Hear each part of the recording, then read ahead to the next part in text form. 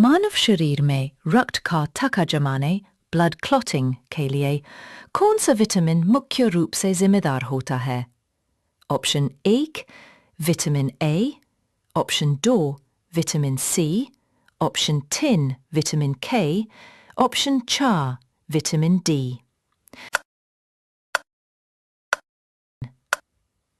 सही जवाब है विटामिन के। इनमें से कौन सिंधु सभ्यता शब्द का प्रयोग करने वाला पहला व्यक्ति था? Option 1 Rakhaldas Bandyopadhyay, option 2 Dayaram Sahni, option 3 B S Bisht, option 4 John Marshall. एक सही जवाब है option 4 John Marshall. John Marshall पहले विद्वान थे जिन्होंने हड़प्पा सभ्यता के लिए सिंधु सभ्यता शब्द का उपयोग किया था। इस सभ्यता का अवधिकाल 2500 ईसा पूर्व 1750 ईसा पूर्व था। ये सभ्यता मुख्य रूप से अपनी महान शहरी योजना और सीवेज प्रणाली के लिए जानी जाती थी। राखालदास बंदोपाध्याय को मोहनजोदड़ो स्थल की खोज के लिए जाना जाता है, जबकि दयाराम साहनी को हड़प्पा की खोज के लिए जाना जाता है। आर.एस. बिष्ट ने 1973 में सिंधु घाटी सभ्यता स्थल बनवाली की खोज की थी। बिहार में 1857 ईस्वी के विद्रोह के प्रारंभ में पटना का कमिश्नर आयुक्त कौन था? ऑप्शन ए के विलियम टेलर, ऑप्शन 2 ए सैमुअल्स, ऑप्शन 3 लॉर्ड, ऑप्शन 4 उपरोक्त में से एक से अधिक, उपरोक्त में से कोई। सही जवाब है ऑप्शन का William Taylor. William Tyler 1808-1892 East India Company के एक सिविल सेवक थे जो 1829 से 1867 तक भारत में रहे। वो 1855 में पटना के कमिश्नर बने और 1857 में 1857 के सिपाही विद्रोह के दमन में शामिल हुए। किस अधिनियम के द्वारा ब्रिटिश संसद ने चाय और चीन के साथ व्यापार को छोड़कर ईस्ट इंडिया कंपनी के भारत के साथ व्यापारिक एकाधिकार को समाप्त कर दिया था? ऑप्शन 1 1813 का चार्टर अधिनियम, ऑप्शन 2 1833 का चार्टर अधिनियम, ऑप्शन 3 1853 का चार्टर अधिनियम, ऑप्शन 4 1873 का चार्टर अधिनियम।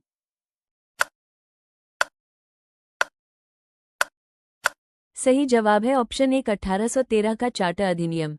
1813 के चार्टर अधिनियम के माध्यम से ब्रिटिश संसद ने चाय और चीन के साथ व्यापार को छोड़कर ईस्ट इंडिया कंपनी के भारत के साथ व्यापारिक एकाधिकार को समाप्त कर दिया था, जबकि 1833 के चार्टर अधिनियम द्वारा कंपनी के समस्त व्यापारिक कार्य यह समाप्त कर दिए गए तथा भविष्य में कंपनी को केवल राजनैतिक कार्य ही करने थे।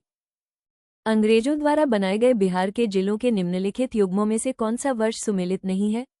ऑप्शन 1 पटना 1825, ऑप्शन 2 गया 1885, ऑप्शन 3 मुजफ्फरपुर 1875, ऑप्शन 4 उपरोक्त में से एक से अधिक, उपरोक्त में से कोई नहीं।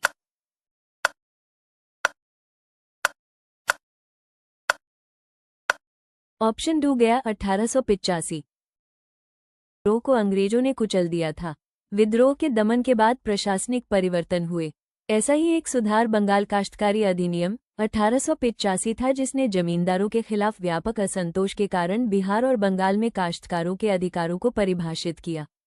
1857 की पराजय ने क्राउन द्वारा ईस्ट इंडिया कंपनी के अधिक्रमण का नेतृत्व किया।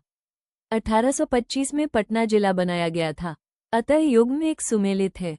गया को 1865 में जिला बनाया गया था, अतः युग्म 2 सुमेलित नहीं है।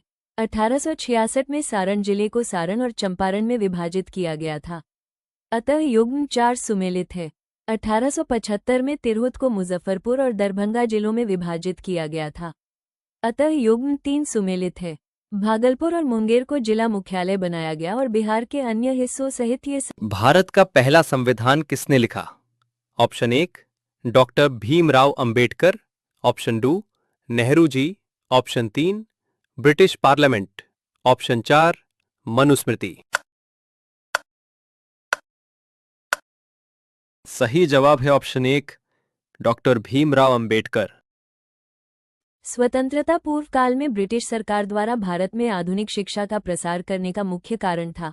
ऑप्शन 1 छोटे प्रशासनिक पदों पर शिक्षित भारतीयों की आवश्यकता, ऑप्शन 2 भारतीय संस्कृति को बढ़ावा देने के लिए, ऑप्शन 3 भारतीय लोगों का आधुनिकीकरण करना ताकि वे अपनी राजनीतिक जिम्मेदारियों को साझा कर सके, ऑप्शन 4 उपरोक्त में से एक से अधिक, उपरोक्त से कोई भी नहीं। सही ऑप्शन 1 छोटे प्रशासनिक पदों पर शिक्षित भारतीयों की आवश्यकता। छोटे प्रशासनिक पदों पर शिक्षित भारतीयों की आवश्यकता इसलिए है क्योंकि इससे प्रशासन में दक्षता, पारदर्शिता और जनभागीदारी बढ़ती है।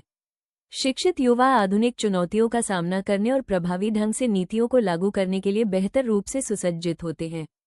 छोटे प्रशासनिक पदों पर शिक्षित भारतीयों की आवश्यकता के कुछ कारण: दक्षता में वृद्धि। शिक्षित युवा आधुनिक तकनीकों और प्रक्रियाओं से परिचित होते हैं, जिससे प्रशासनिक कार्यों को अधिक कुशलता से किया जा सकता है।